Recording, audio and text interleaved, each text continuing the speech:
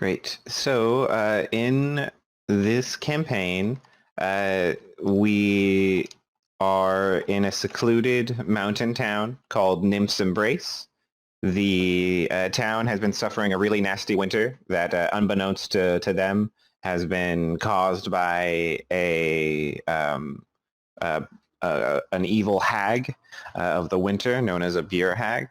And the group has essentially met each other first through Diana as a druid of the woods who doesn't tend to interact with civilization too much. We had a Nikolai who was a caravan guard who was attacked on his last leg of the journey to Nymph's Embrace with much needed supplies.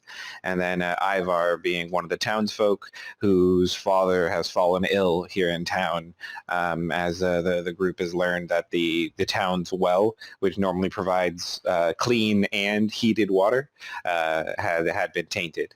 The group teamed up, of course, with Tosh, the ward of the mayor, who the mayor as well has fallen sick, and with the super team up, they went out to find Diana, found that she's been fighting the forces of this hag, and was instrumental in creating the well in the first place when the town was founded, and was able to lead the group over several days' journey to the entrance to the well complex, and found that there was a large fungus type creature known as a myconid sovereign who had been pushed and kicked out of tending that cave as they had been charged to by Diana long ago.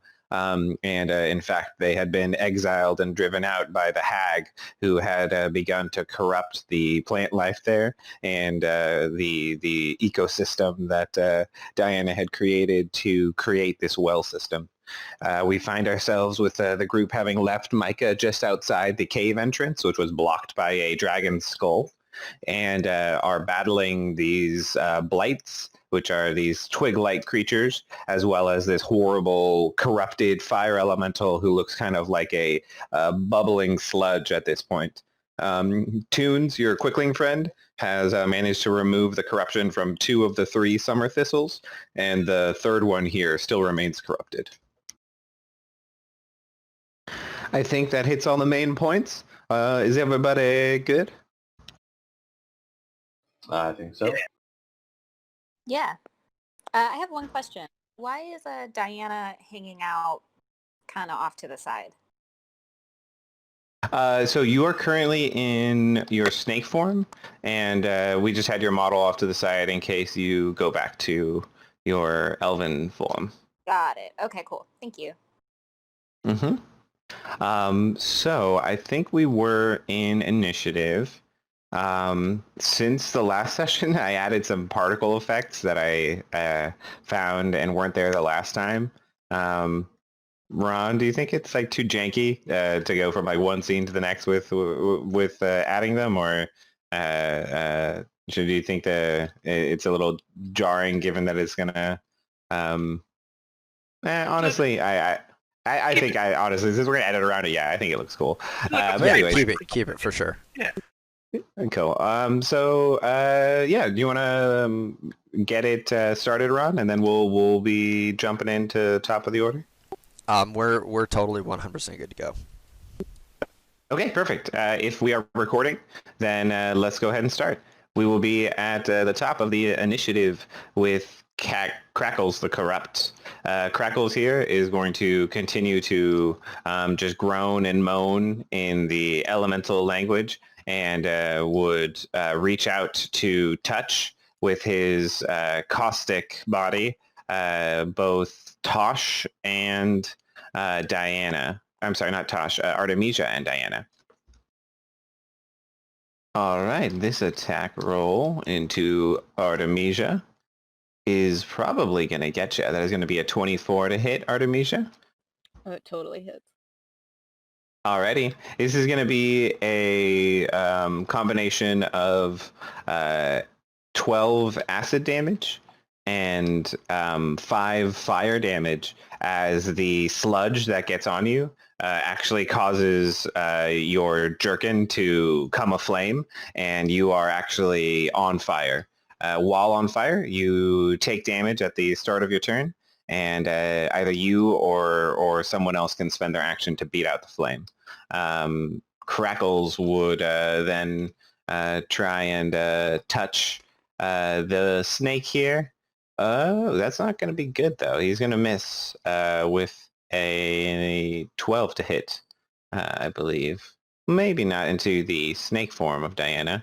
Do you have your stat block open for the snake there for Diana? Yeah, Otherwise, I'm okay. gonna check it out right now. All right. I think we're the giant constrictor snake. So we're looking at a 12 AC. So it looks like he just barely got you.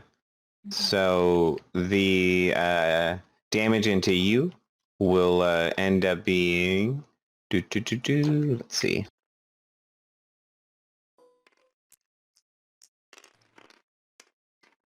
Okay, it is going to end up being 13 acid damage and 3 fire damage. And you don't have anything combustible on you to actually catch on fire because you're a snake, so you don't catch a flame. The next up is going to be the twig blights. Alrighty, these twig blights do not have the best attack rolls, and there are 4 of them. We'll see these 2 will swing at Ivar, while these 2 will take swings at Tosh with their little spiky hands.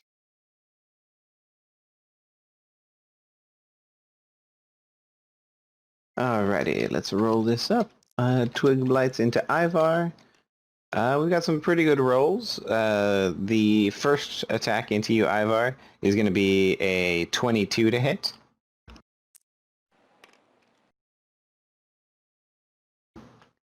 Does a 22 get you there, Sean?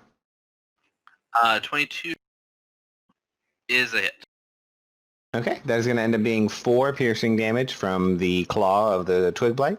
The second attack is a 14 into you, Ivar. As a miss. All right, very nice. So just a piercing jab from one of those twig blights there. And then the twig blights into Tosh. We'll see, another good roll followed by a bad roll. Tosh, does a 22 get you? Oh, yeah. Alrighty, that's going to be 5 piercing damage as one of your sharp little fingers jabs into you. All right, that is going to be the twig blights, who will make a total of 1 attack each, and then we pass it along to Nikolai Deadeye, followed by Tobuscus. All right, I'll take my shot here at big old crack. Kind of scramble back a little bit. Oh, actually, not scramble back. Stand there and do Deadeye stuff. I will use aim, or just use aim and shoot at him.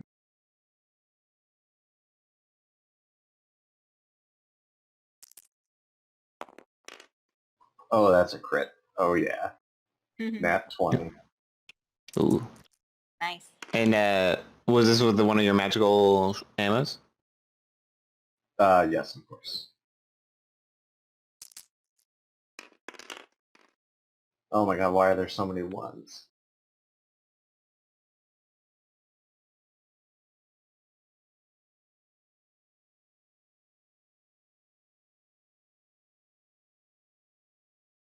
That'll be 44 damage, 45 damage total. 45 damage? Oh, goodness. You are going to do heavy damage to poor Crackles here. That is going to leave him near death, as your shot is going to take out a big mass of the sort of goo that his body has become, and his heat and mass and volume is all diminished greatly after that shot. All right, Nikolai will just have a rather sinister smile on his face. That was a good shot. And that'll be my... Alrighty, good shot indeed. After Nikolai, it is going to be Tobuscus, followed by Tosh. All right, Tobuscus will charge on up. Seeing Ivar assaulted by the 2 twig blights. And we'll try to bite them with pack tactics. Oof. 14 to hit. 14 is definitely going to hit. All right. If it survives, well, first it takes 11 piercing damage. Non-magical. Definitely more than enough to finish it off. Is going to just go flying. It chomps it and thrashes about and throws its lifeless body to the side. I'll move over here, and that'll be his turn. Alrighty, the dog ate tearing apart these little living sticks with ease. We're going to be passing it then to Tosh, followed by Toons, the Quickling.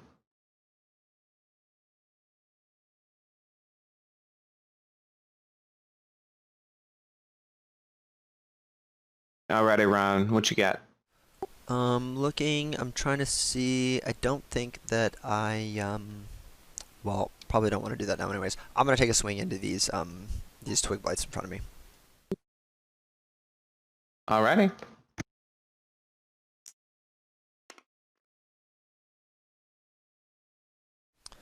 Um, 20.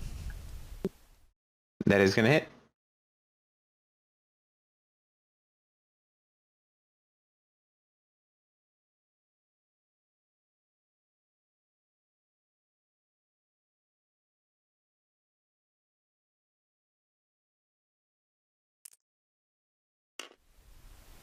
It's gonna be 5 damage. That is going to be enough to finish off this twig blight as you cut it in half with one swoop. Whoop. I will take a swing into another one because I get to have with my extra attack.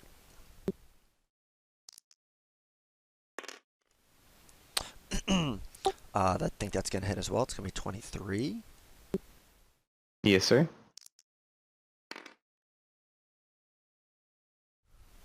Ooh, 13 damage. Oh yeah, that is gonna shatter this brittle little twig into just a couple little splinters. All right, that will be it for my turn. All right, Tosh takes out 2 of the remaining twig blights. It appears as though there was only one, and then Cackles the Corrupt.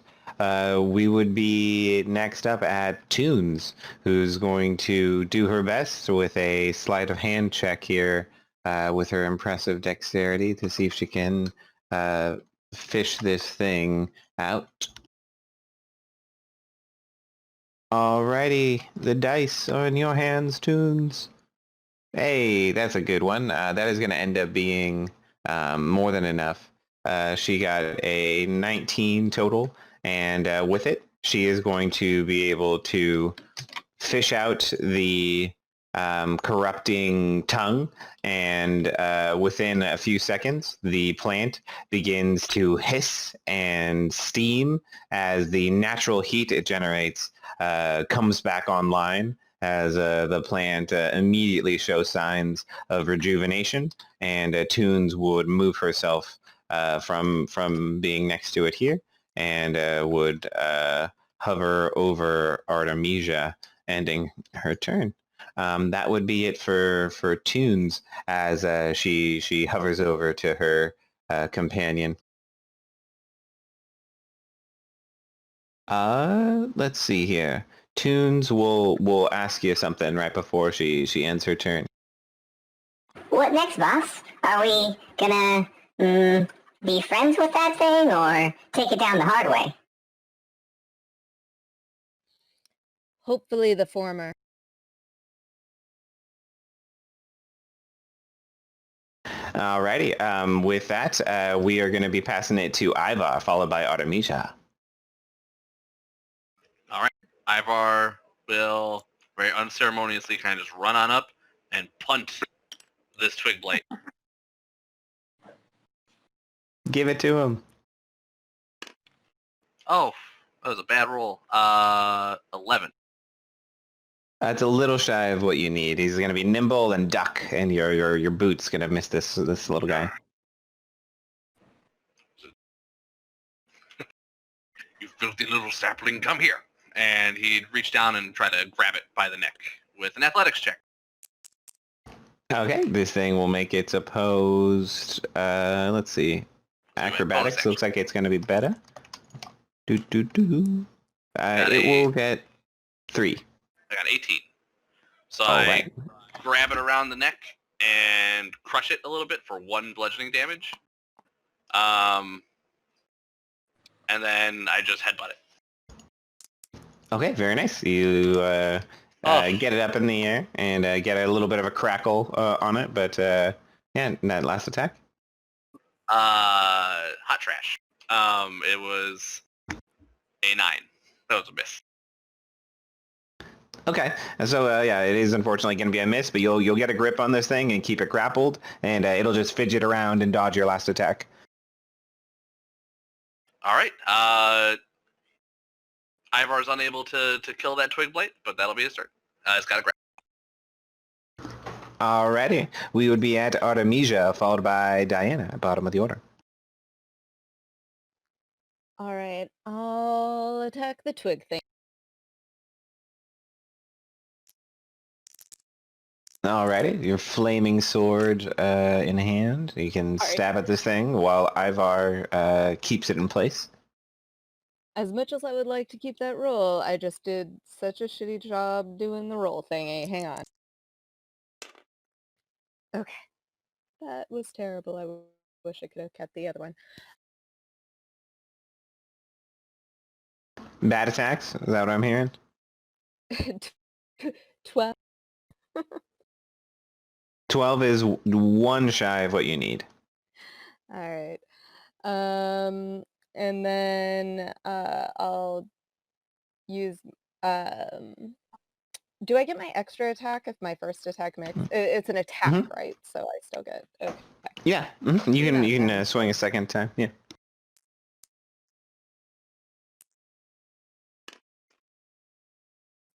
And that is a natural 20. Nice. Ooh, very nice.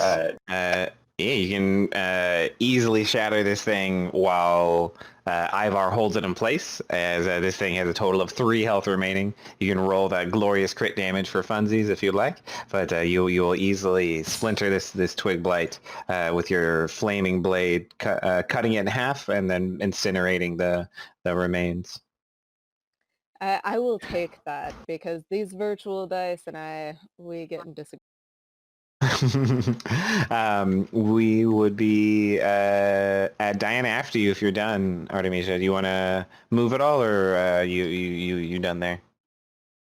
I'm done. I think the only thing that I would do as just on my turn, but not as like a real action, is just to shout at Crackles like, "We're done now. We're good, right?" Crackles would definitely be showing signs of weakening and not nearly as much outright aggression as before. Diana, you would be up next after Artemisia. Great. Well, I really like the idea of constricting a gelatinous blob. I don't know how that's going to look like, but in my head, it looks really funny. So I'm going to do that. I'm going to try to constrict gelatinous dude over here. Alrighty, so Crackles here is in rough shape. Go ahead and give him an attack. You know that his body is caustic and hazardous to touch, so it will be harmful on your animal form. Okay. Well, I rolled a 19, so sounds good. That's gonna definitely hit. All right, and can you help me walk through my attack a little bit? I'm reading, and it looks like so I got to roll 2 d8s and add 4. Does that sound correct? Yeah.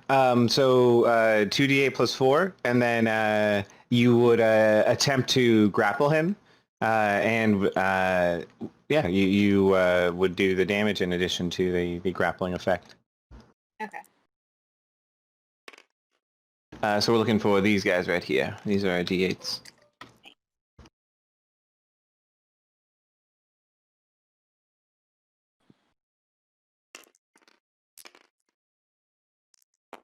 All right. So I've got Nice. 13. Perfect. That is going to be 13 bludgeoning damage here, and I believe it counts as magical because you're a moon druid. So you are going to do full damage to Crackles, and as you constrict around Crackles, you're going to find that his body is so strange that it just kind of doesn't constrict like a normal substance, and he almost just oozes out and around you, and you just almost end up being inside a gelatinous bit of Crackles here, and find the hot acid of his body on your flesh is going to cause 10 acid damage for your trouble. You know what? I'm still fine with the decisions I've made because it's still fun. Yeah, it's a good attempt for sure, and then the damage is still very worthwhile. And as you finish your turn, Diana, we would be at the top of the order, and you guys would hear the telepathic voice of Micah booming into the cave here, not really into the cave, but rather into your minds within the cave. The cave is beginning to cleanse. Flee. Do not harm Crackles. I will tend to his recovery. We would be at the top of the order with Crackles, who is going to disengage from the group and make his way towards this summer thistle, where you see he begins to just kind of hover over it and absorb some of the heat that it is giving off. And you guys can see it is beginning to sizzle and burn some of the goo. And you think you see just little bits of actual flame beginning to form on his body as he hovers here. After Crackles goes and hovers there, it is going to be Nikolai up next. Don't have to tell me twice, and I will get the fuck out. Alrighty. If everybody is in fact of that same mind of letting Crackles mend and letting Micah tend to the situation, we can in fact jump out of initiative. Is that how everyone's feeling? Most definitely. Besides, I am still on fire, right? It's snowing outside. I'm Yeah. First thing, action on your turn. Yeah, beating that fire off. Not a bad idea. So yeah, we'll jump out of initiative here. You just take 5 additional fire damage, Artemisia, for your trouble, as we would pick up the scene outside in the cave entrance that is blocked by the dragon's skull here with Micah.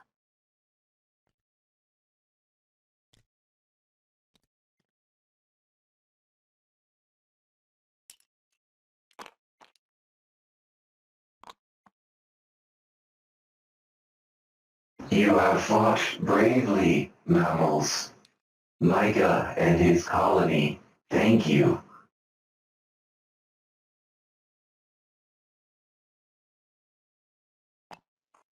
Of course. Now, where is Brunhilde?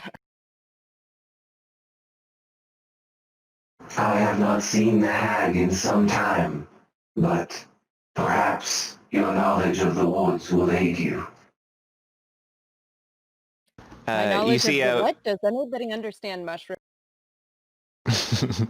You see, Micah would extend his hands outward and bow his very, very large fungal crown here. And as he spends a moment doing what almost looks like a weird curtsy, you see that he begins to shake, and spores would begin to come off of his legs and his hips, and he would begin to give off a bit of a sloshing sound. As you guys actually see, he begins to even excrete a small stream of strange liquid, as some strange chemical reaction is happening in Micah, as after about 20 or 30 seconds of shaking and leaking some strange liquid and giving off this goo, he would actually produce a strange gourd filled with a potion that he has just magically brewed. Micah would hand it over to Diana here. Well, I guess Diana is still in snake form, so probably to Artemisia here as a thank you for your intervention. Drink this in time of peril. It is a good juice. My Ugh. face will look very disgusted, but my profuse thanks. I will say that's fucking disgusting. Yeah, you can just note that as an unknown potion from Micah. You guys don't know what it does, but you suppose it's probably beneficial. And with the well on its way to being repaired, the group is now faced with the task of making sure that the town is not in future peril from the hag. How do you guys want to proceed? And Candace, is Diana going to hang out in snake form just to be a cool cat, or are you back in elf form?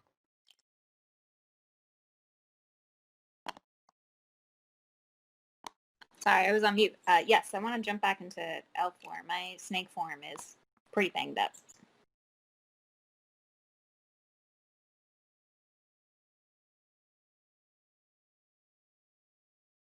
Alrighty. So with that, I think we'll probably end the scene. We'll pick it up with you guys just getting together to track the hag down once and for all in the woods. Does the group have anything else that you guys would want to do, either like in town or visit Ivar's family, do any checking in with the folk, or just head straight for the hag? I have no interest in socializing with people. That sounds like a terrible idea. But I wouldn't mind a brief rest just because I'm kind of banged up. Definitely rest. I could use a rest as well. Never hurts to take a breather. Alrighty, you guys would be able to take an hour-long rest here with Micah and benefit from a short rest, spend hit dice, etc., under the watchful gaze of the Mycenid sovereign.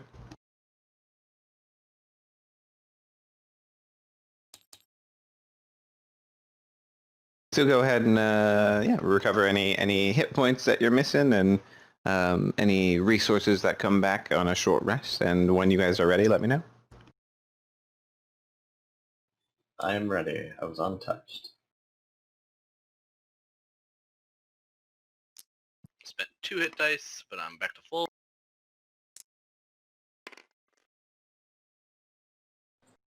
I'm good.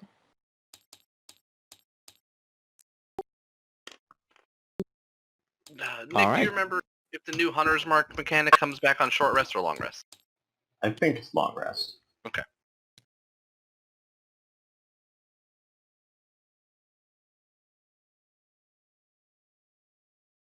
Alrighty, gang. So you guys are very good at tracking with quite a few of you. And of course, with Diana being the pinnacle of knowledge of these woods, being the druid here, you guys suspect it would not be an overly burdensome task for you guys to just hunt down the hag with old-fashioned tracking. with that in mind, you guys expect it might be a journey of a day or two, depending on just how far it is she is. But the signs of the hag are well known to Diana by now, and yeah, should be able to track her once you find some leads.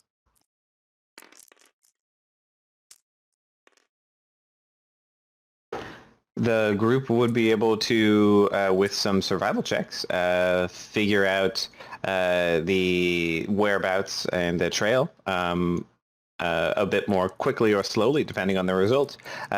Who all has the best survival? If you guys could all check and then type it out in chat for each other.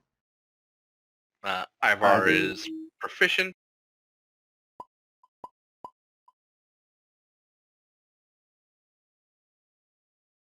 I assume mine is near the top. Yeah, yours is quite good. All right. And Candace, what about Diana's? Should be next to your wisdom stat. There we go. Okay. So with that, it looks as though the best bet would be for Diana to assist Nikolai. All right. I got a 20 total. Very nice. Yeah, that will be as good as you could hope for. You're going to be able to pick up the signs of the wolves that have been serving the hag, and then they in turn will eventually lead you to the signs of the strange footprints that this hag leaves as she walks barefoot in the snow. The hag will be leaving a visible trail that seems to be winding its way up through a bit of a cliffy and mountainous area.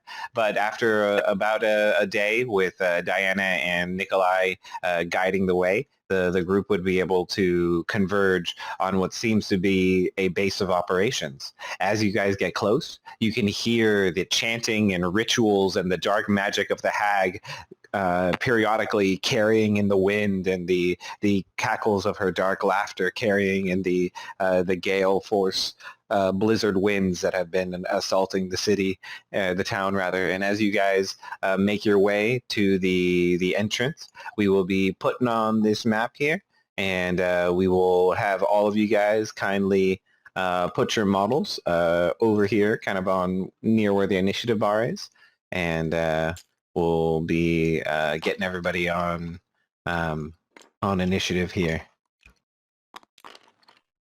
Are we coming from a particular corner or area? Yeah, you guys are just coming from right here. You guys have been just hoofing it through the woods into some of the more mountainous areas near Nymph's Embrace, and have found your way to what appears to be the strange cliffside lair of the hag. All right, I put Diana and I up front. And I'm clearing the initiative bar, yes? Or did people already redo theirs? Probably good to clear it here. Do. Yeah, get it off there. All right.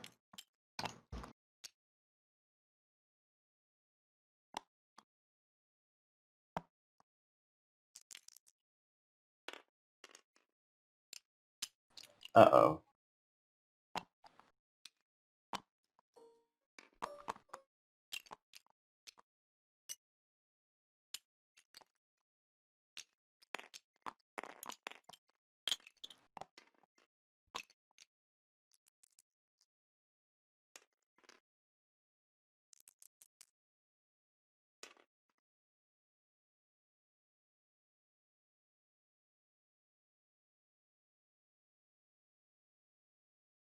I'm going to step away for a sec, grab a drink while you're setting up. Okay, sounds good. When do you recover from exhaustion? Is it only at a long rest? Yes, extended rest will give you 1 stage of exhaustion back. Okay. 1 level, yeah.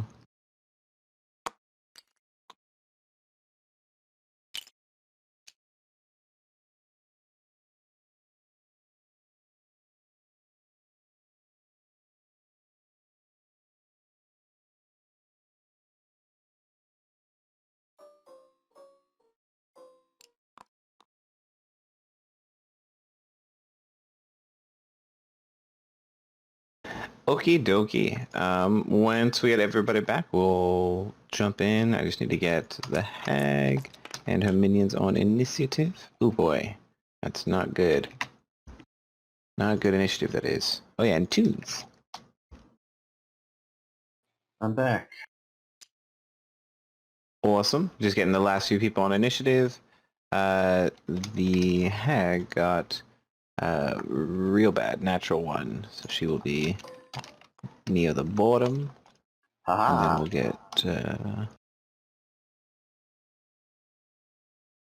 get the wolves and the red cap.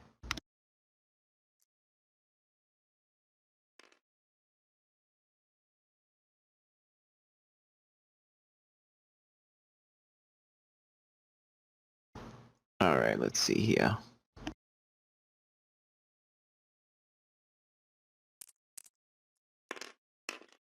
All right, wolves are not bad. They'll be at 16 here, and then dire wolf in the back is at 20, and then we will be with. Let's see, do we have a red cap on there?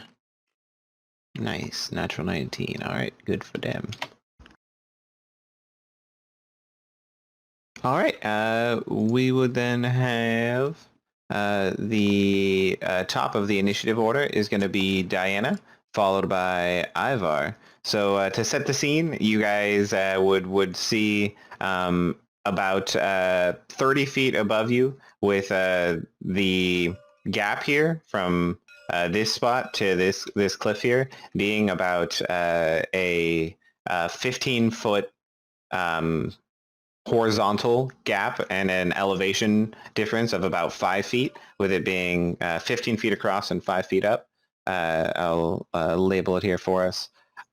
Blam will say 15 feet across, and then plus 5 feet.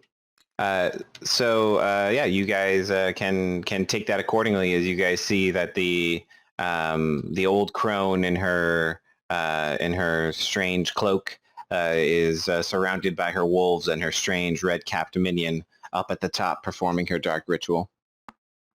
Is she aware of us? Oh yeah, you can hear the wolves braying and howling. It is definitely battle time. Aw, snap. All right, so Diana is going to shift into eel form after noticing the drop and the uncertainty of just traveling across. Can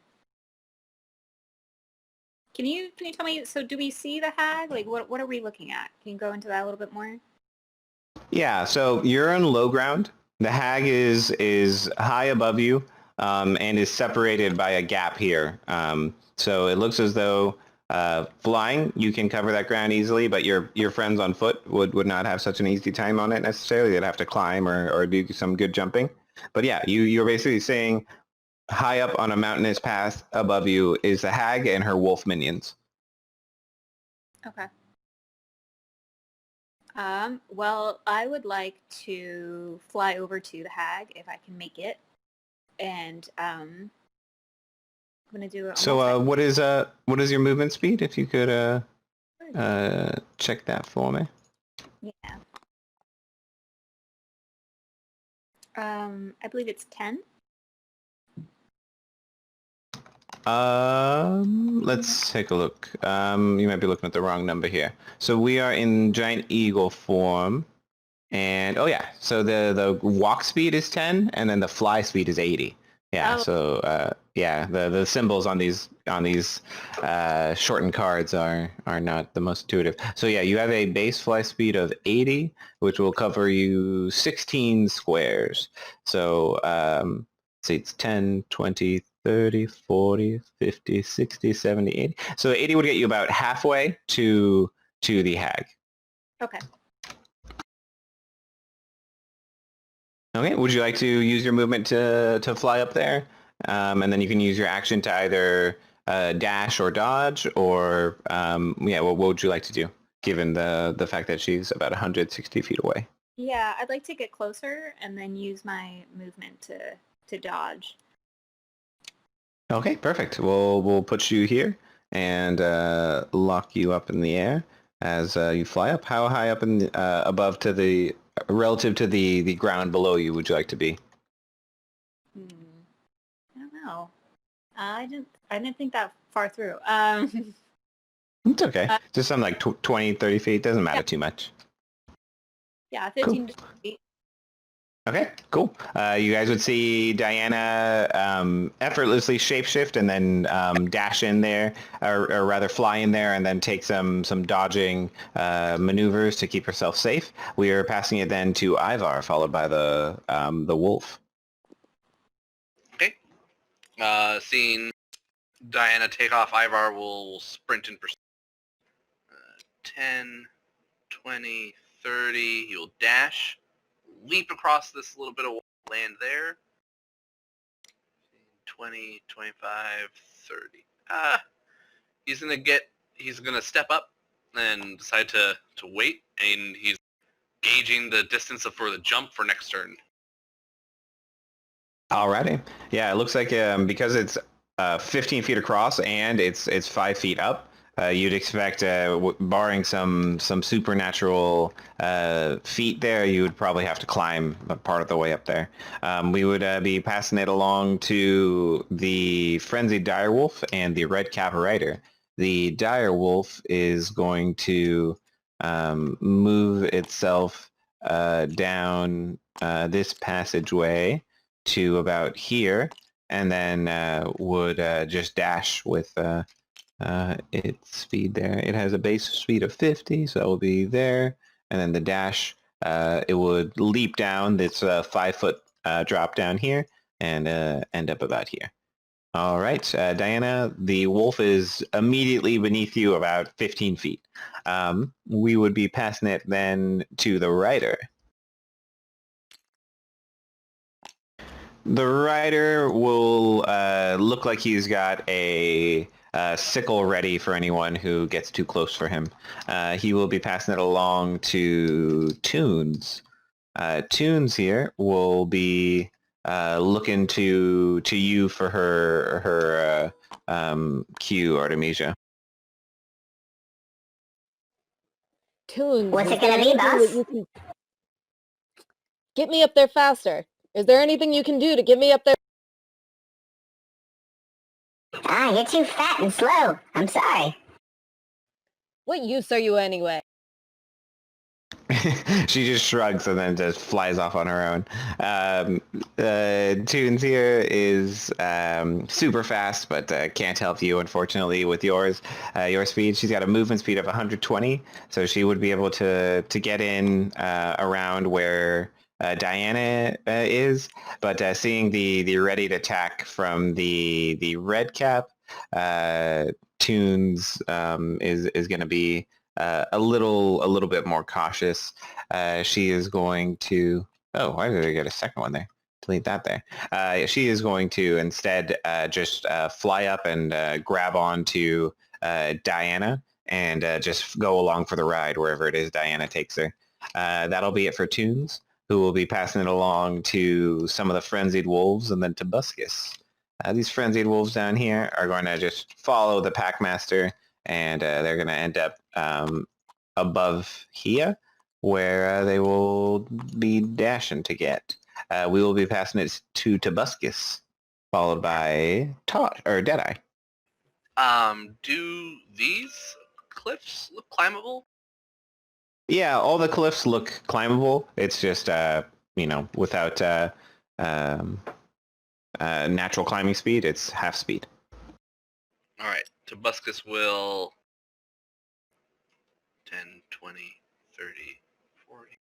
And he'll dash to start climbing up this this cliff face. We'll get to like there. All right, good stuff. That is about level with this one over here, so he should be able to make that gap as long as he can jump about 7 or 8 feet. Yeah. Sweet. That's what I was hoping for. Excellent. Perfect. Yeah, so he's climbing up, not all the way up yet though. That'll be Okay, perfect.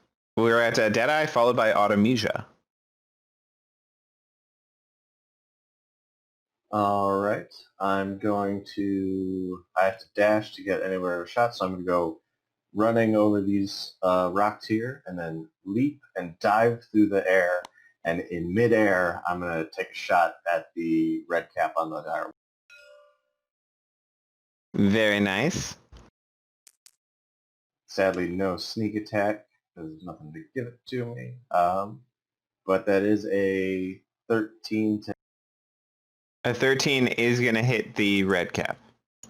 Oh, nice. That'll be 20 damage exactly. Non-magical, if it matters. Very nice. The red cap is going to reel back as you catch him in the shoulder, and you can see that this is a being of pure rage, and he is chittering angrily. Alright, and then I'll tuck into a little combat roll at the end of my dive, and end up right there. And that'll be me. Alrighty. Come get me. Alright, after the shot from Deadeye, we're at Artemisia, followed by Tosh. All right. Then I'm going to unsheath my sword and hold it high above my head and shout, "Fart!" It will leap into flame, and then I'm going to race over this way. Let me grab the lady.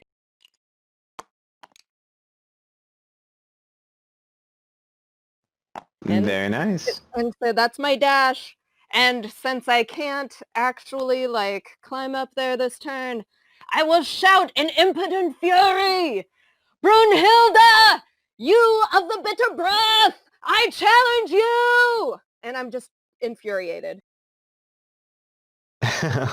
Very nice. Get inspiration if you don't have it, Artemisia. We've got Tosh Helios up next as Artemisia's fiery spirit and fiery blade leap into action.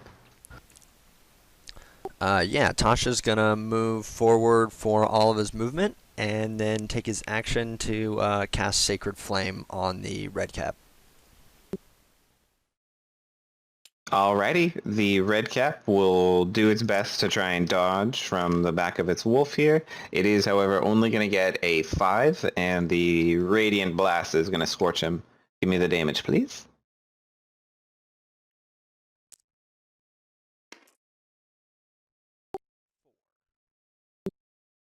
Alrighty, 4 radiant damage is going to show heavy signs of wounds between the radiant blast and the shot from Deadeye. The red cap is showing some heavy battle fatigue there. Anything else there? That is gonna do it. All right, very nice. It is going to be at bottom of the order. Our favorite crone, Brunhilde. You meddlesome mortals! I won't stand for this! This land is mine! You see Brunhilde stick her gray staff between her legs and take flight, just as Diana in her eagle form is doing, as she uses her crone staff here as a magical broom. Let me double check what her movement speed is on her thingamajig here. Okay, it says if she were a broom of flying, it says. So she will end up at an altitude of 30 feet above... actually, no, she'll just fly over to this platform here and just take the staff out from under her legs and land.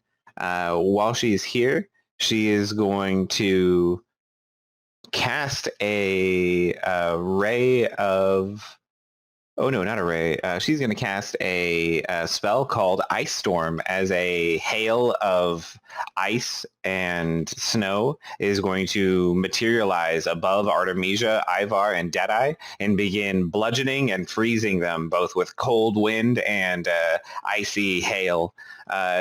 Nikolai and Artemisia and Ivar, I believe it is a dex save for the Ice Storm spell. Oh, mine was so good and then so bad.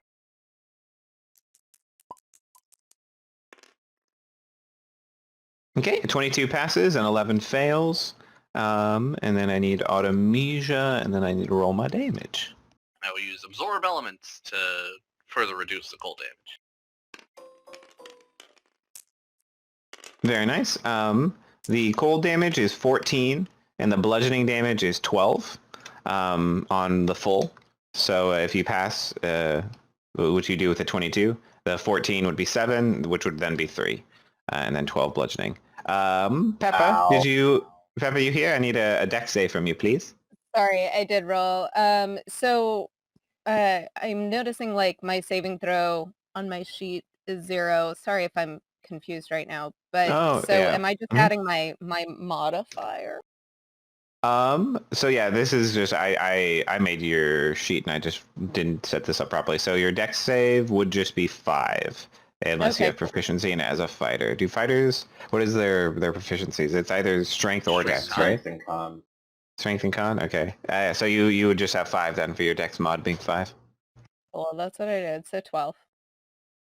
Okay, a 12 is also a fail, so that is going to be full damage for you. So you and Deadeye are going to be bludgeoned and frozen a bit. Did you get the damage? Otherwise, I can give it a quick look-see. Actually, I have inspiration. Can I use that on that roll? Because I really don't want to get Yeah, definitely. This is going to be... it was 12 bludgeoning and 14 cold, if I'm not mistaken. So a total of 26 there. The circle I've drawn is temporarily difficult terrain, and we will pass the turn from there to the top of the order with Diana, followed by Ivar. Great. Okay, well, now that this blizzardy hag is closer to me, I will take my turn to swoop down and attack the hag directly. I'm aiming for the top of her skull. Alrighty. What are you attacking her with? I am going to attack with, let's see, I think my beak. Yeah, let's do that. Alrighty, good stuff. So it looks as though with your eagle, you've got the multi-attack option, so you can order them however you'd like. So the beak comes in first here. Yeah, I think, well, you know what I'm going to do is I'm going to swoop down and I'm going to grab her shoulders with my talons. So I'll do talons first and then attempt to impale my beak into her face. Nice. Alrighty. So it's a +5 to hit for each of them with a slightly different damage roll for each. Okay.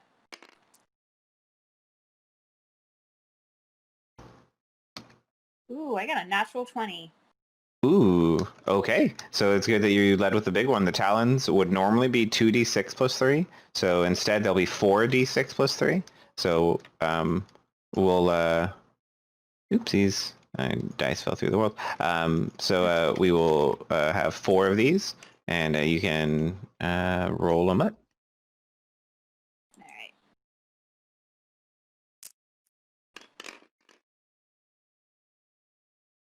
Let's see, what did I get? 13. Nice. 13 + 3, so we'll be at 16 magical damage from your claws into the hag, who is going to and screech at you and bat at you with the magical gray staff she has in her hand. Go ahead and give me the beak attack next. Great. Okay.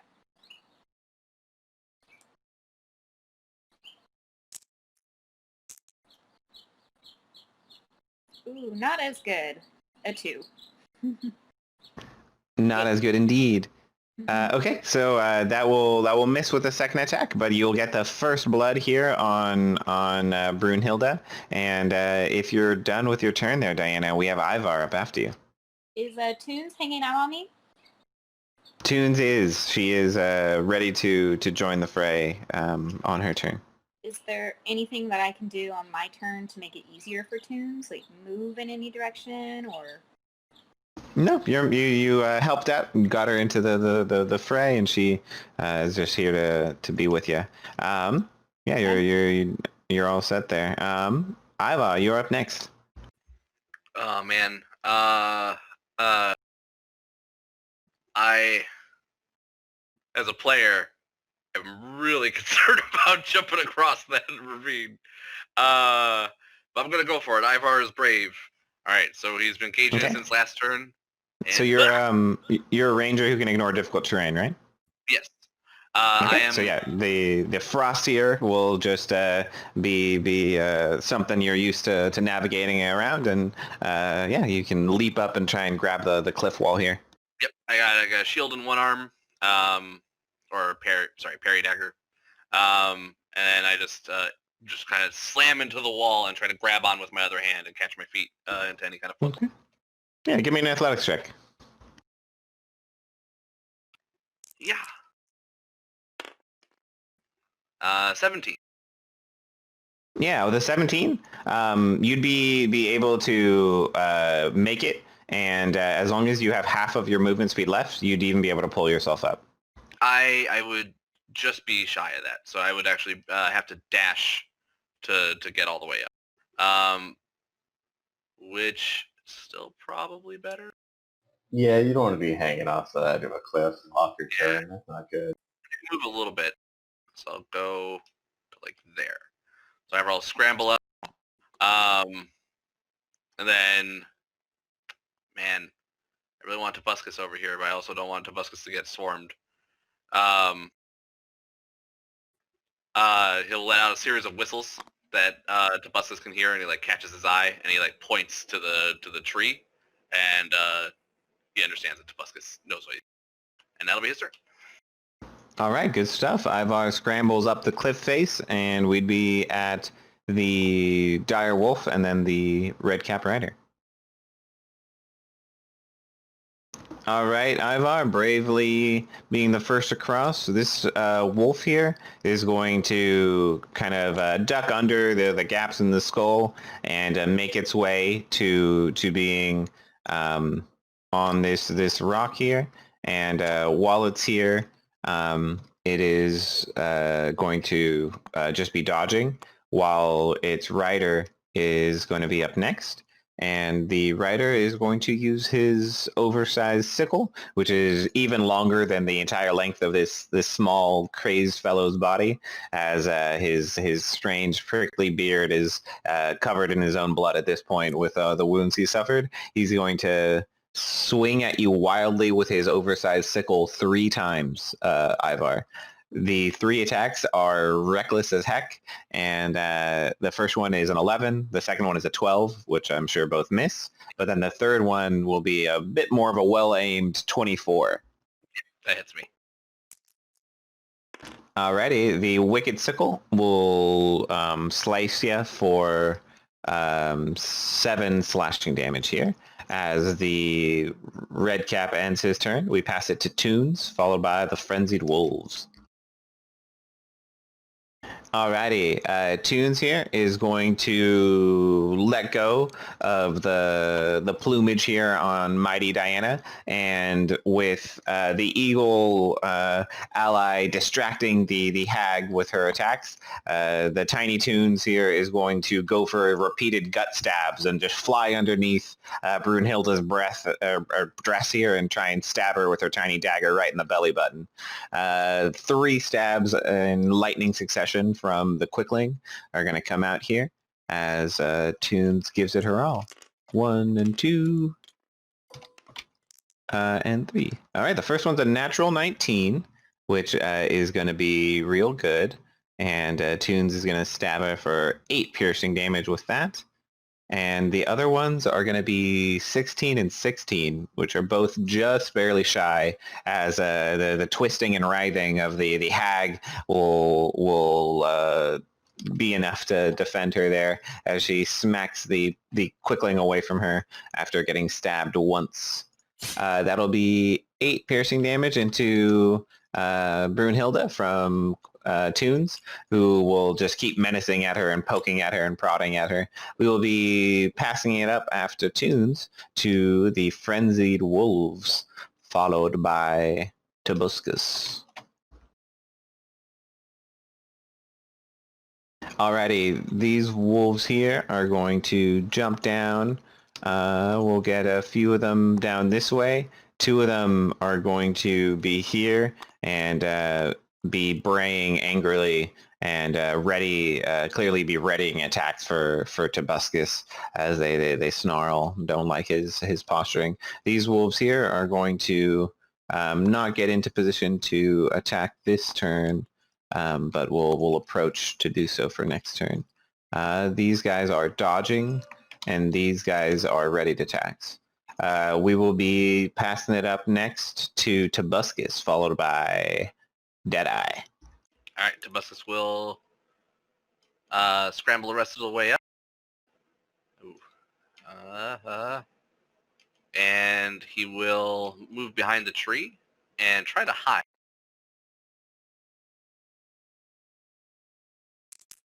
Sounds good. He is trained in stealth, so it's a 17. Oh yeah, the wolves will lose sight of him for a few seconds, and he's got an edge on them. All right, that'll be his turn. All right, nicely done, Tobuscus. We're going to be at Deadeye, followed by Artemisia. Alright, so through the snow and hail, I'm gonna try and see, using one hand to cover my face. I'll take an aim shot at the red cap there. Try and save Ivar. Oh yeah, that's an 18. Okay, that's definitely going to hit. For a total of 33 damage. 33 damage. All right, so that is going to be enough to do lethal if you want to describe your kill. Just I shoot him right in the head, and it pins his red cap to his head. Very nice. His little hat is pinned to his skull as he flies off of the direwolf and is lost somewhere in the skull of this mammoth behind him. Well shot by Deadeye. And anything else there? I was gonna move, but then I remembered that I aimed, so I cannot move. So that is me. Okay. Yeah, you're standing in the difficult terrain of the slush that is melting around you. Should be gone in a few seconds. And after Deadeye, we're at Artemisia, followed by Tosh. Can I use my phase step to get to the top of that? Yeah, I believe it's a 30-foot range. It is. Sounds good. Sweet. So it would be 15 feet up there, and then would I still get like the additional 15? Yeah, so you can do diagonals. So like to do 15 feet away and up is still 15 feet. You still also have your normal movement after that. Yeah. And yeah, and I mean, I'm a little far from it just because initially I was thinking I was going to jump, and then I was looking at it and I was like, I don't think I can do that, but I have the phase step, so. Yeah, that's probably a good call.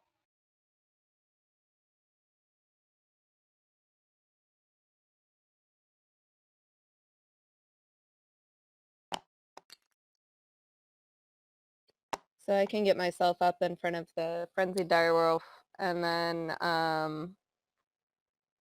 I'll attack.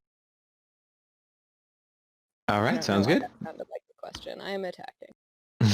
All right, your sword's aflame. You bonus action to snap yourself into the action, and then this wolf has had his mount or his rider dismounted and is ready to be stabbed.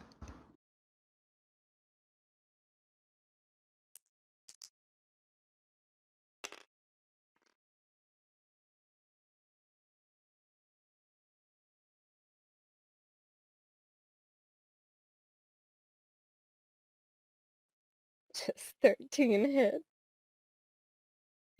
On the dire wolf, a 13 is just shy of what you need. I'm rolling so bad. Okay, hang on. Second attack? Yeah, I have my second attack, but then at some point I'm definitely gonna need to heal. So I was just looking because I could have sworn, like I know I have my second wind, but I use my bonus action. Can I use my action surge to use up a bonus? Yeah, you could do that if you wanted. It's just fine. So I'll do my second attack. Mm-hmm.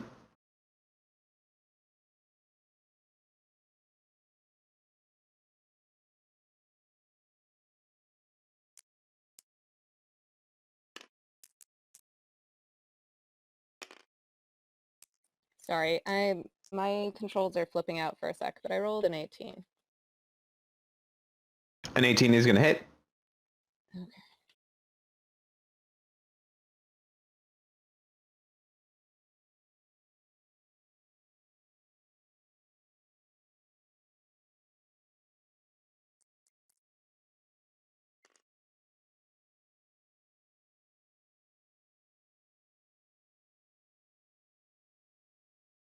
And I still get my fire damage on that, right? Mm-hmm. Sorry, I'm trying to look at my notes. Do I get my extra attack? Do I still get my modifier or do I? Yeah, you still do. So your damage should be as is written on your Flame Tongue Rapier section. So it should be 1d8 plus 5 piercing, and then 2d6 fire damage. And I think you've got the dice. No, you're fine. Yeah, you've even got the dice all set up here on your table edge with Yeah, I from was the just last kind time. of like confusing it, I think, with dual wielding. No, Let me yeah, get yeah, exactly. The offhand attack doesn't add the damage modifier. I know what you mean. Okay. So 7, and then let me get the.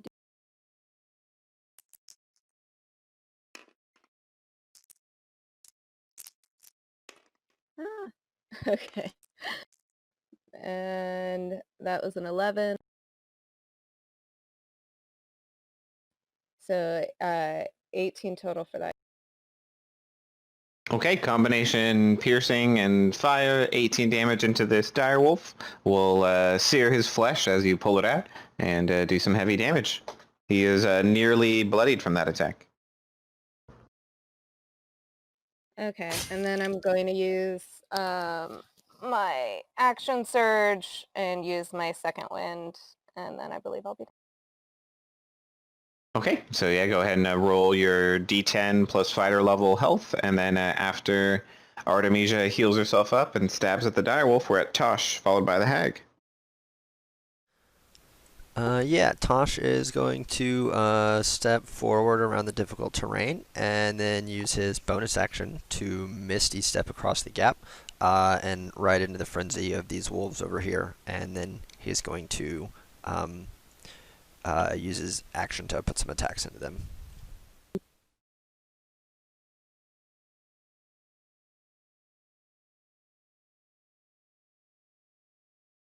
So where were you at the start of your turn, Tosh? Were you in the difficult terrain? No, I was over in Where? this corner over here. So I think I can use You were? 25 Okay. to get around to here and then just teleport across. Okay. Awesome. All right, so anything else there? Yeah, I'm going to be putting some swings into these wolves in front of me. All right, all right.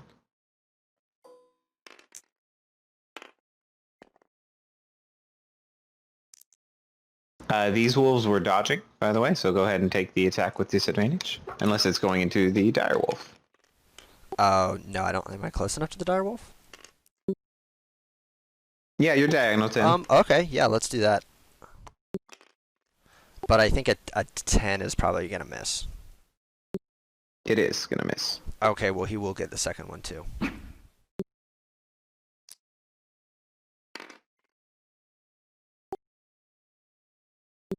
That is also going to miss.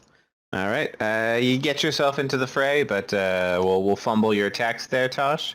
If there's nothing else for you, we're at bottom of the order with Brunhilde, the hag. Pass it to you. Alrighty. Brunhilde is going to provoke an opportunity attack from Toons and Diana in eagle form as she hops into her broom, onto her broom, and is at an altitude of 30 feet above the ground below here on her broom. Diana, you can give her either a beak or talon of your choice, and a Toons is going to take a stab with her dagger. Ooh, Toons got a crit miss. I'm going to try with my talons.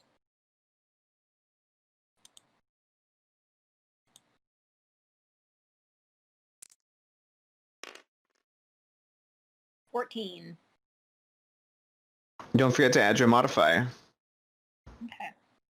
Which modifier should I add to this one? I think it's a +5 to hit on your an eagle. Yeah, +5. So it'd be 19 to hit. And a 19 does hit. So that'll be it. So that's 2d6 plus 3 damage. Yeah, 2d6 plus 3. Oh, perfect.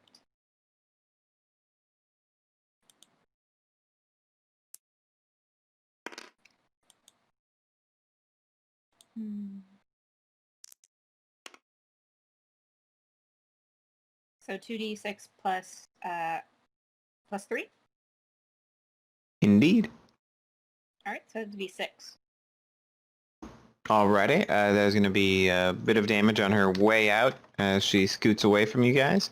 And then while she's here, she is going to take a quick look at her spells.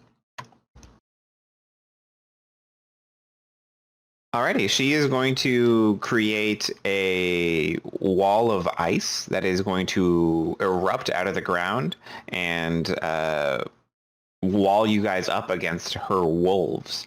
The wall itself is not going to harm anyone, but seems about a foot thick and seems very, very cold. The wall... Oops, let me try and draw that a bit better. How tall is the wall? I will look that up 1 second here. The wall is going to be like this. And let's see what it says about the height. I think it's 10 feet tall, if I'm not mistaken. All right, let's see here. 10 feet. Yeah, up to... yeah, 10-foot square panels. Okay, yeah, so that is going to be 10 feet tall, and we'll be blocking up the group against these wolves and cutting off sight for a bit of the action for Deadeye as well. That is going to be the hag's turn, who will conjure this wall of ice and then be passing the turn along to Diana. And the ice storm dissipates, correct? Yes, indeed. At the end of her turn, the difficult terrain is gone. Thank you, Nick. Cool. All right, so Thanks. I'm still above this ice wall. It doesn't affect me, right? Correct? Yeah, that's right. You're good. Cool. All right. Well, then, in that case, I'm going to go with what I was doing last time. I'm going to let out a really loud screech and dive with an intent to attack this hag's neck. So I'm going to do a multi-attack first with my talons and then my beak. Alrighty, give it to her.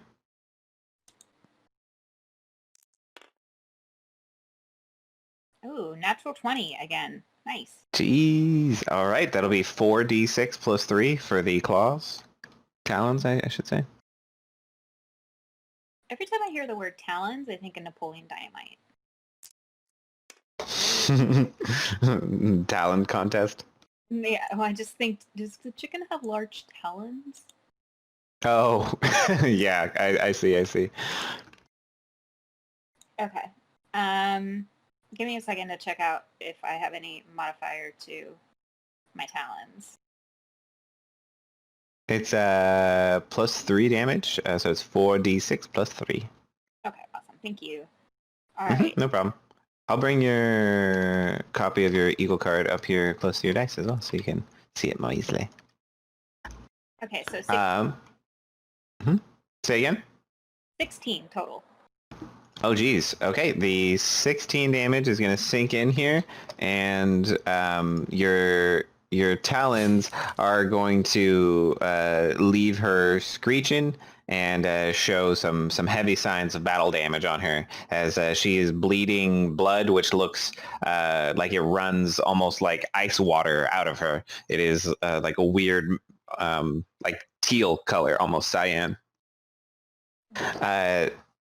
The next attack from your beak, please. All right, so with my talons dripping in teal blood, I'm going to rear back my beak and aim directly for her neck. And, ooh, yikes, a 3. Yes, that will not do.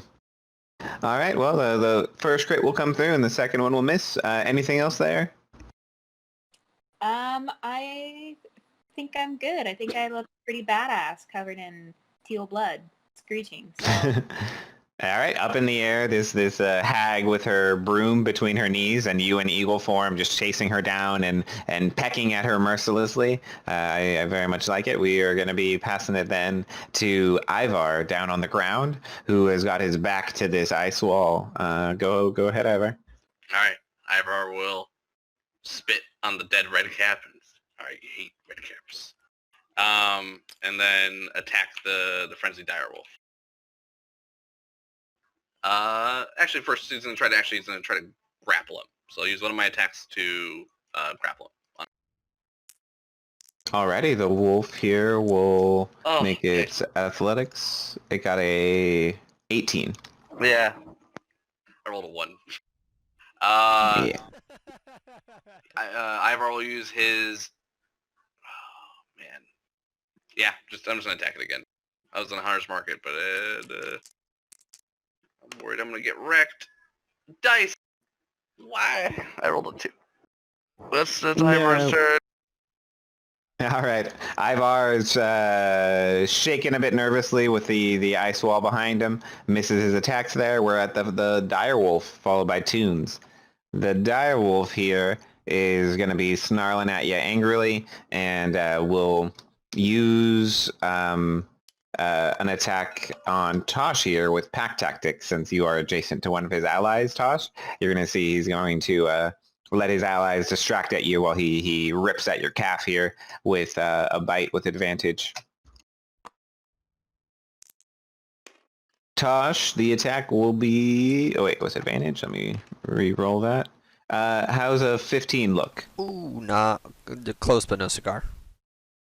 Alrighty, lucky you are going to pull your leg back in time to avoid that nip from the wolf, and we're going to be passing it to Toons, who is going to keep following Diana here, likes her style, is going to try and go for the navel again, and just fly in through the hood of the hag's little robe thing, and fly down her robe and just try and stab at her chest and belly. Get him, Toons. Toons has got 2 hits and a miss with a 24, a 24, and a 16. That is going to be 16 total piercing damage as she gets 2 good stabs right in the chest and belly of Brunhilde here, who's going to keep bleeding that ice-cold cyan blood there. That is going to be... oops, too much. 62 damage. Okay. We are then going to be at the Frenzied Wolves, followed by Tobuscus. So these wolves have kind of lost sight of Tobuscus and are going to end up moving to here and taking a dash to get in and around. These 3 are going to move forward and make some attacks. Yeah, we're going to see them all into you, Tosh. All three of them have pack tactics, so they'll be hitting you with advantage here, bud. So the first wolf bite is going to be a 20. Should be getting you there, Ron. Oh yeah. On Tosh. Yeah, and then the bite will hit you for 6 piercing damage. Go ahead and give me a strength saving throw as the attack tries to knock you prone. Okay, and then I think it's only ability checks that I have disadvantage on from the level 1 exhaustion, right? So this I should be good on. Mm-hmm. Yeah, not saving throws.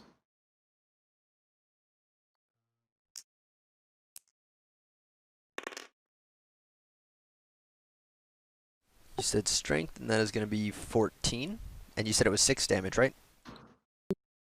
That's correct. And you're going to pass with a 14 and keep your footing. The second one is going to bite at you, just as his partner did. And he got a 19 to hit you. Yep, it's also going to do it.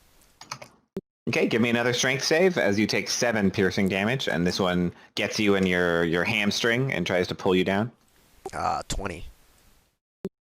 That's going to pass. And then the third one, you're going to be able to smack away with your arm, as he only got a 12, and you can use your arm and gauntlet to shove him off. The wolves are going to be done there, as the upper 2 here will be dodging, and the 3 here are going to be covered in Tosh's blood, tasting some of that ripe human juice. We're going to be at Tobuscus, followed by Deadeye. Tobuscus sees his opportunity available with the wolves having abandoned their post, if he would like to act. Real quick, I think I missed the damage on the second attack there. Did you say what it was? It was 7 on the second one. Okay, thank you. Mm-hmm. And Sean, what do we got for Tobuscus here? All right, Tobuscus is coming out from hidden. He's gonna get a running start and leap across and skid into the snow. He starts to run this way to assist with the wolf pack. Sorry, Ivar turns, holds up his shield to like kind of show them, and then motions and points at the hag. Tobuscus then runs up the stair and tries to gain some height. Alrighty. Yeah, the hag is currently 30 feet up, so he's going to be able to get like closer by going up, but will be about 10 feet down in y-axis to her at the top point here. Okay. All right, then he'll come up here and just be waiting for her to land if she ever so dares or come close enough. That'll be Tobuscus. Okay, sounds good. We will be then at Deadeye, followed by Artemisia. All right. If I am here, can I? Okay, how far up is the hag? I guess the better. If I'm here, can I see the hag over the ice wall? Yes, the hag is high enough that she is visible. All right, that works too. Then I will move to there. Not able to do anything through the ice wall. I will turn and shoot at Brunhild with just a regular shot. No aim, no sharpshooter. That is a 17. 17 is what you're looking for. Definitely with a magical bolt, though.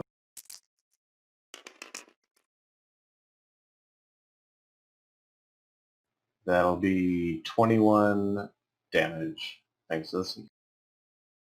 21. Ooh. All right. The crone is going to definitely yelp in pain and is on her way out after that one. That is a very, very near-death attack there. And then I will bonus action dash to get over kind of behind the cliff and then to cover this tree. And that's my...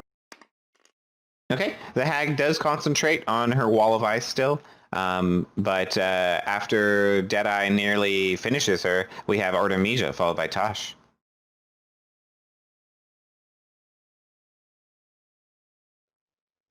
All right. I forget, in 5e, can I swap weapons without an action, or does that take? You can generally swap a weapon without an action. That's fine. Okay, cool. Then seeing Brunhilde up there, she's in range of my longbow. Mm-hmm. All right. You'll I'm going- be you do have people in melee, so in general, attacking with ranged weapons when you've got people engaging you in melee is done with disadvantage, but can be done nevertheless. Yeah. I'm just thinking of it because I'm angry, and I'm angry at her. Mm.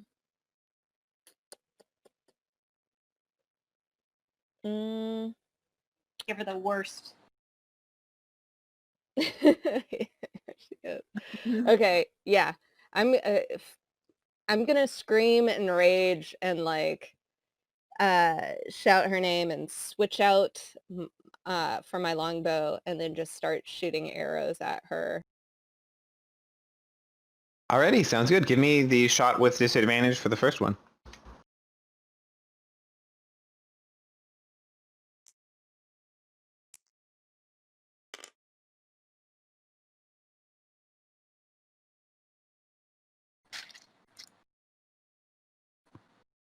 Sorry, one sec.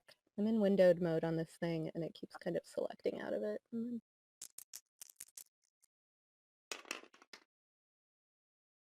Oh, hey, that's not that bad. Okay, so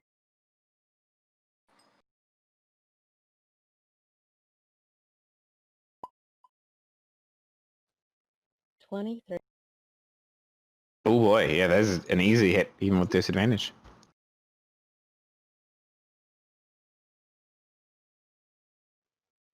All right, and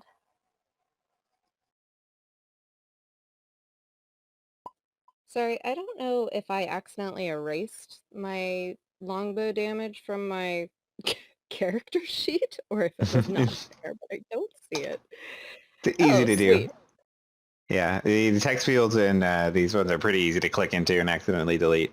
But yeah, if I remember correctly, longbows are a D8 plus Dex mod, so it should be D8 plus 5 for you.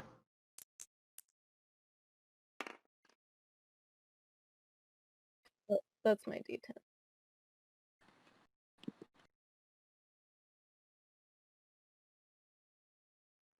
Sorry, let me get a D8. I thought I had one out here. Here. Look at your table edge. You've got, if you move a little bit further up, you've got your other dice here.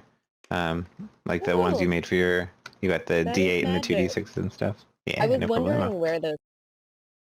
Mhm. I am awful right now. I'm so sorry. It's all good. It's been a long time since we've been back here on tabletop.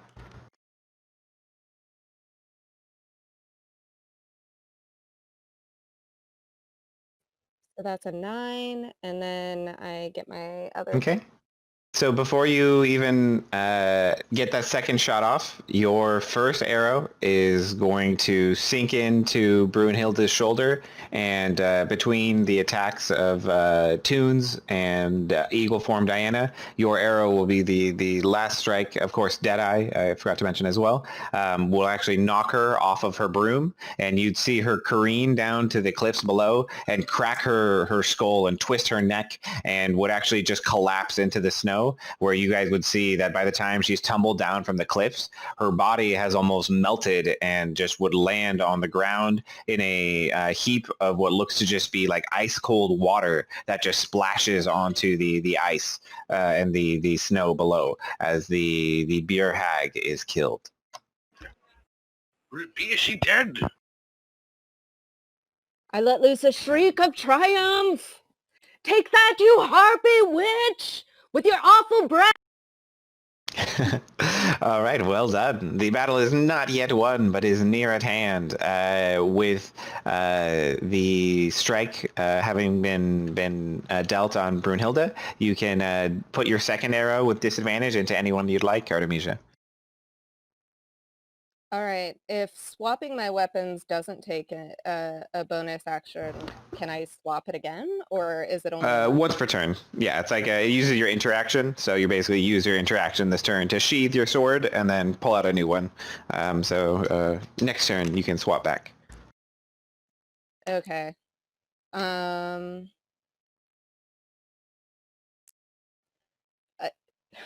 What if I just want to stab the direwolf with the arrow? Sure, you can do an improvised melee weapon. Give me just call it the same bonus as your rapier, but it'll be different damage die. All right.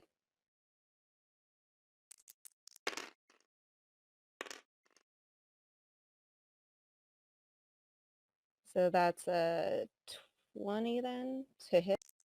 Okay, go ahead and give me a D4 plus your Dex mod damage.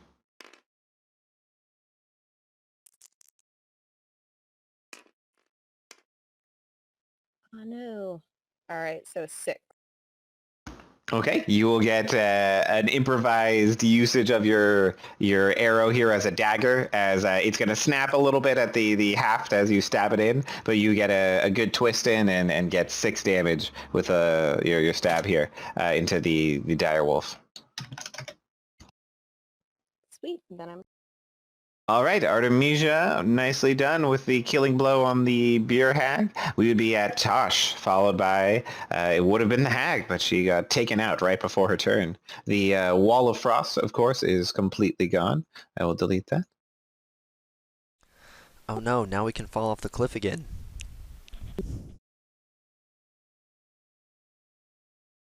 at least it doesn't have as many push and pull mechanics as 4E.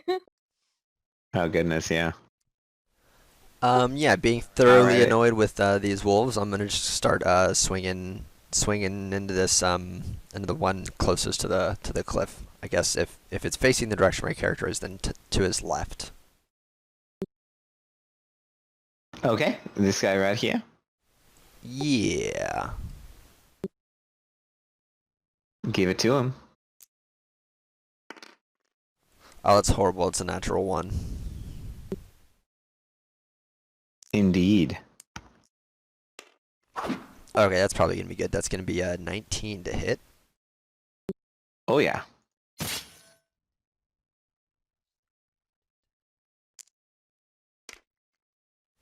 Okay, it's gonna be 7 damage, and then I will use my bonus action to come around and whip him with the hilt of the polearm.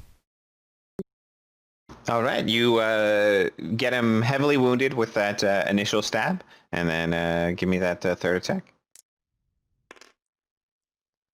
Oh, it's a natural 20. Oof, a critical hit. All right, double those dice.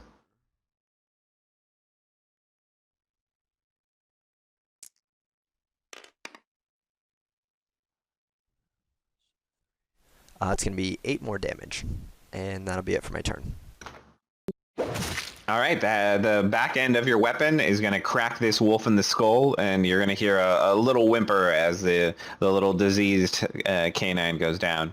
The 2 strike will finish him off there, Tosh. And if you're done, we're at Diana at the top of the next round. With Ivar coming up next. All right. Okay. Yeah, this sweeping motion is really working for me. So, I think I'm gonna take on this wolf that's closest to me. This dude, yeah, that one.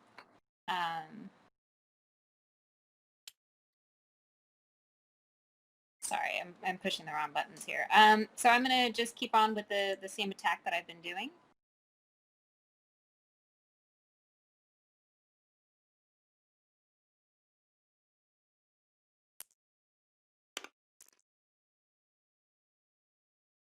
Ooh, 13. That's not good. Into these basic wolves, 13 is actually just enough. So this uninjured wolf will be able to get your talons into it. Basic wolves. Okay, so that's 4d6. Bring that on up. Yeah, on the not crit, it is 2d6 plus 3, actually. Okay, cool. Well, I am going to get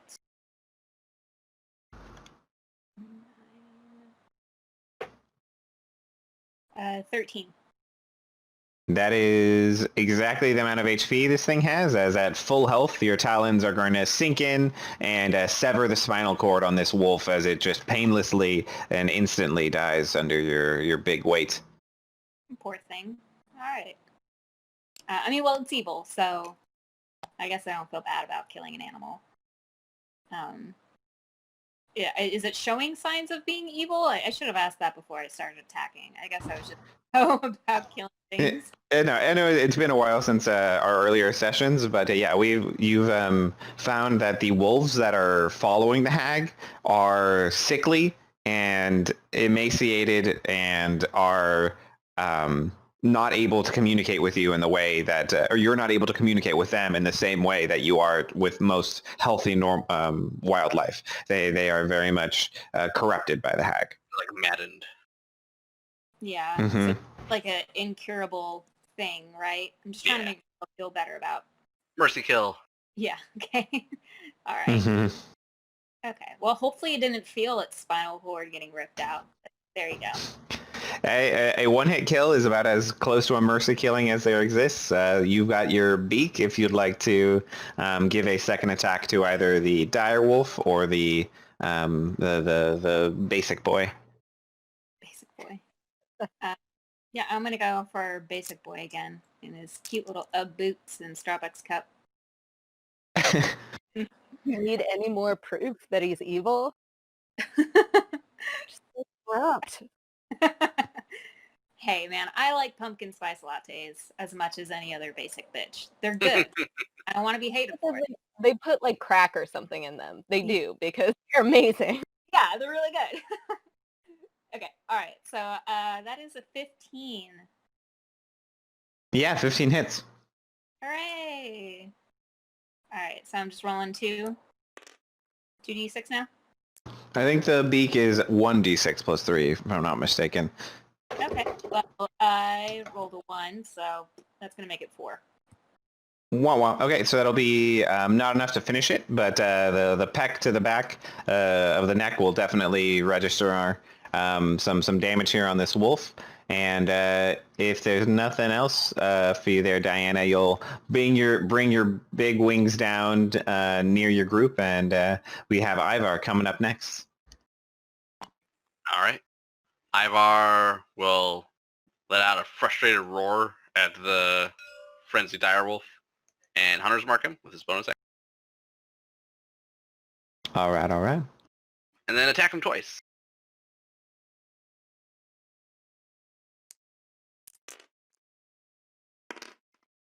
All right. The low roll on the first attack is me being bad at math, 6. Okay, yeah, sounds like they'll both hit then. All right. Yeah, the other one is a natural 19. So 2 hits coming in for...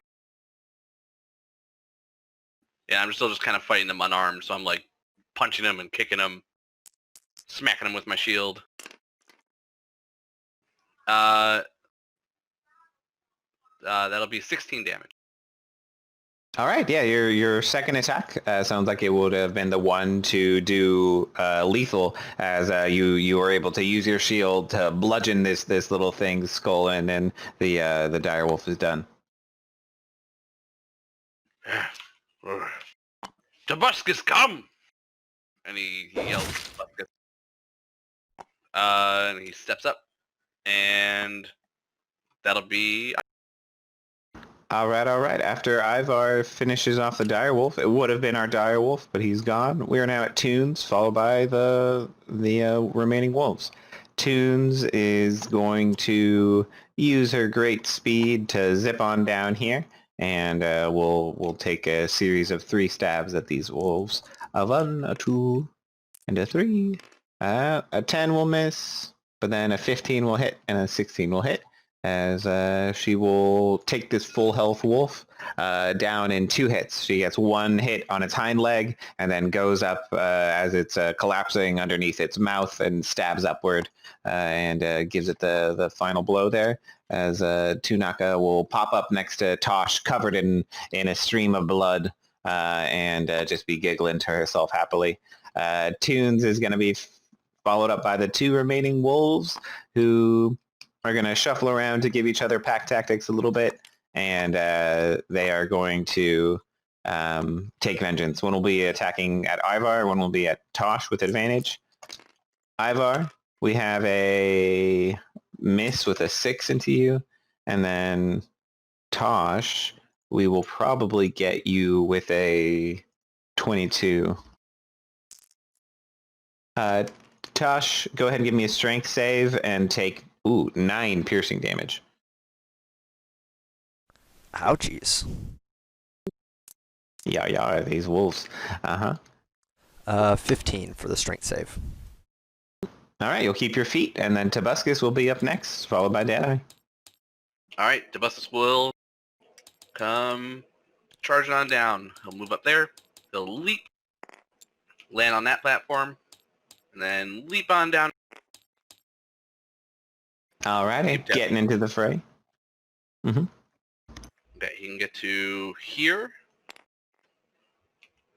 And he will attack this frenzied wolf.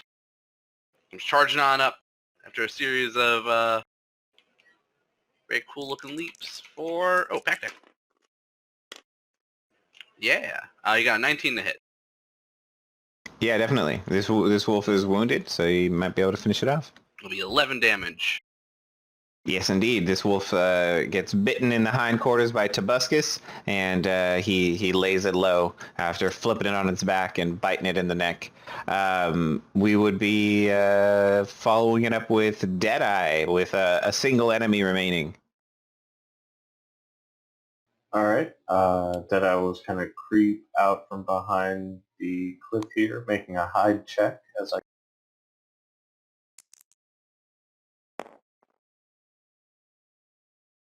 That is a 17 stealth. Yep. You're looking for a 13 on these wolves, so that beats their passive. Alright, and then I will make a shot at the wolf there. Mm-hmm. It is over 20 to hit. That'll be 17 damage. 17 damage is going to be more than enough, as the diseased hide of this wolf will be no match for your well-aimed shot, and it is going to sink to the snow dead.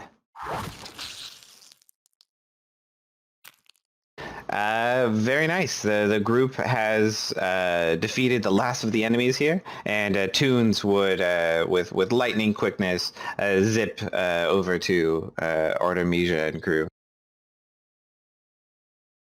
All right. Yay, we did it! Is it over? Diana's gonna swap out of eagle form.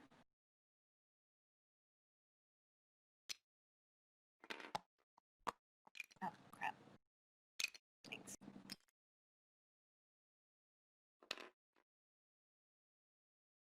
All right. As the battle quiets down, the group takes a moment to catch their breath and look at each other, and maybe begin a minor moment of revelry and celebration.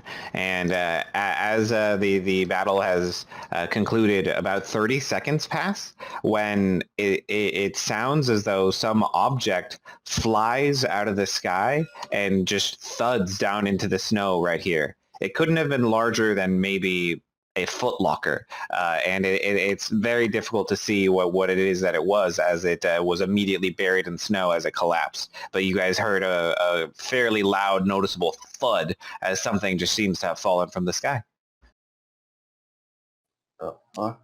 I will draw my crossbow and head toward... Also tromp over to I'm gonna check to see if Tobuscus is okay before I check to see if everyone else around me is okay. Tobuscus would be fine, and he shows his appreciation by jumping on you. That's one of his flaws. And take a strength save, because when he does that, he tries to knock you prone. No. Okay. Yeah, it's Diana, your fingernails will be all like red from just the sheer amount of blood on your talons in eagle form. Most of you guys are very much showing the contrast of the white snow with the red of all the blood of the carnage here in battle. As Nikolai approaches the strange impact site, does anybody make their way across to go investigate it with him, or is he on his own here? Oh, Artemisia is going to. I just don't know where to put my person. Also, if anyone needs any assistance with their health state right now, we still have the disgusting Mushroom King juice. Hmm. And I got 6. So that's strength save. Oh yeah, so he bowls you over and like licks you all in the face. Okay. Well, Diana is going to seem to enjoy it. This is definitely more enjoyable than having a conversation with the humans that And Ivar like watches over his shoulder and then like turns back to Nikolai and just, what was it? are... So, Artemisia, by the time you spend a few seconds leaping and climbing your way back over here, Deadeye is here and crouched over this strange crater in the snow. And Deadeye, it looks as though you might have to dig a little bit to see exactly what it is, but it looks like it might be moving. Oh, hell no. Guys, I think it's moving. And I will wait, especially if I see Artemisia heading over, I will wait for her. Sure. Yeah, within a few seconds, you'll have nimbly, acrobatically made her way back across into you. And Artemisia, you'd see as well. There's this crater in the snow that just by the disturbance and the movement in the snow, you suspect that there's something alive in there that is pretty small, maybe like dog-sized. Okay, and it's covered in snow right now. Yeah, it is presumably buried in snow from the impact. All right. I'm going to use my bow to just kind of clear away some. Oh, and I will ready a shot if it acts in an aggressive manner.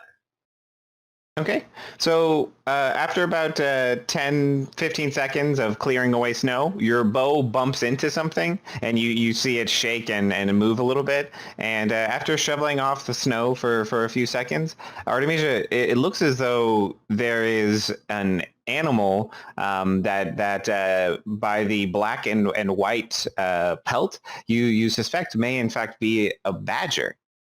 It looks as though it is fairly buried by the snow still. Would you like to fully free this thing as it's kind of scurrying and trapped in the snow? Not yet. I'm going to shout, Diana! We have someone for you to talk to! All right, and after hearing the shrieking, I'm going to take a moment to gently push Tobuscus off, but he's not moving, so I forcefully push Tobuscus off.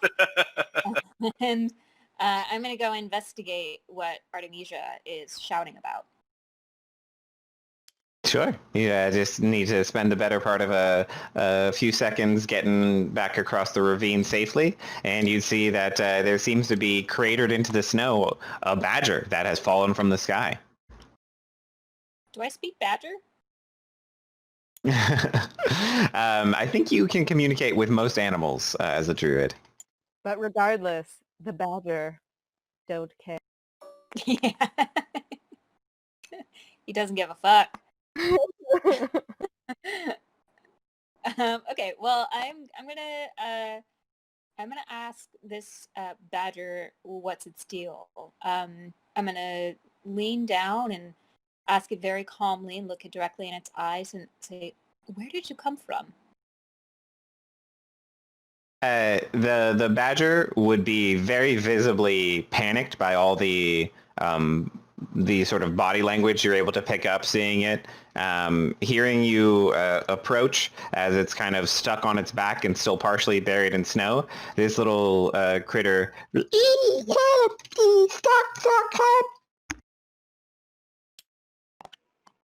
Was that in common or is that in Badger?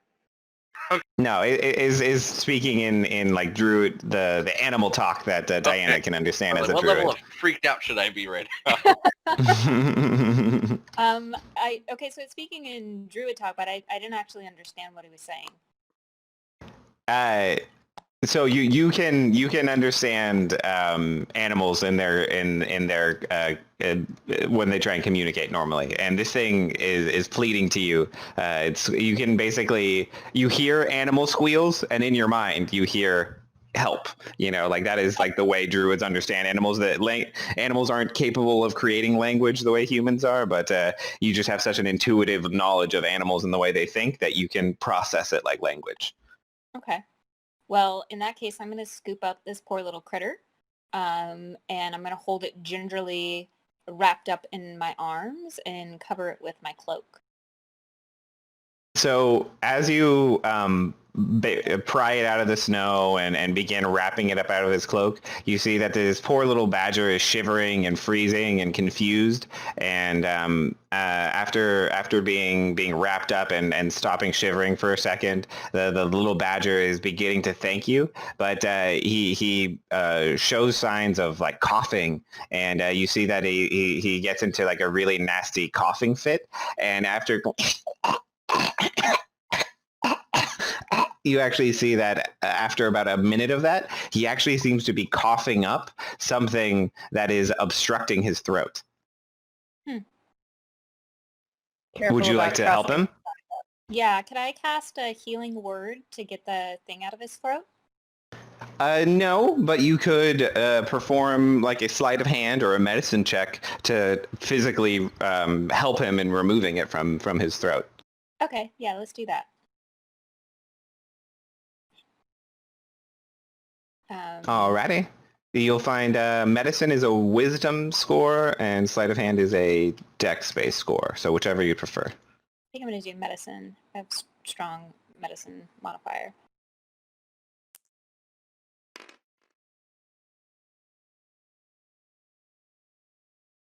Oh yeah, that's 18 plus 7. Pretty sure that's Oh yeah. good. Okay. Yeah, you like flip the badger onto his little back while you're cradling him and do like a mini Heimlich maneuver, and this poor little badger will cough up what appears to be a furled up scroll that looks to not be made on parchment, but sickeningly enough appears to be rolled up flesh of some kind. And as it pops out, it unfurls itself for all to see on the snow, and would actually begin to be reading itself aloud in a cronish voice. Against our sister, you came out the better. In fact, we've never seen her deader. Our coven you've broken, and we won't forget. Blister Bluster will feed your eyes to her pet. So enjoy your victory. We're sure you'll gloat. But soon you'll feel the cold hands of Widow Croak. Ooh. I'm going to think to myself, this isn't something that badgers normally eat and cough up. But I'm not going to say that out loud to anybody. I'm just going to stand there pondering. That's it. Yeah, and the poor badger would be very happy to have this thing out of its throat, and would be very, very grateful to you, Diane. And with that, the group would find the ominous threat from the remaining sisters of this hag's coven, but we'll have at the very least put an end to this foul hag's machinations. Hooray! Alrighty, guys, well done. That will conclude our adventure, and we can call it here. Thanks. I was so worried we were going to have to fight a sky badger for... Who's throwing badgers? I figure like that'd be a fun courier service for a hag. Just throw a sick badger through the sky and put a flesh scroll in its throat. Seems crazy and morbid. I love it. Alrighty. It's so cruel. I do enjoy hags so much. Alrighty, guys. Thanks a bunch for seeing this through to the end. Yeah, especially now that you've got internet access, Pepper. If you ever feel like getting some kind of regular game going, be happy to talk about that. Definitely. That would actually be really awesome. This was a lot of fun. Thank you so much. Yay! One of us. One of us. Yeah.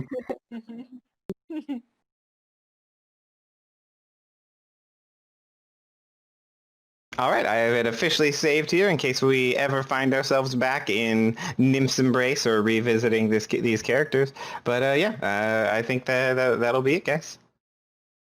Awesome. Cool. All right. Yeah. Jeez. Good game. Yeah. Everyone enjoy the rest of your Saturday. Ron, I'll probably chat with you later today or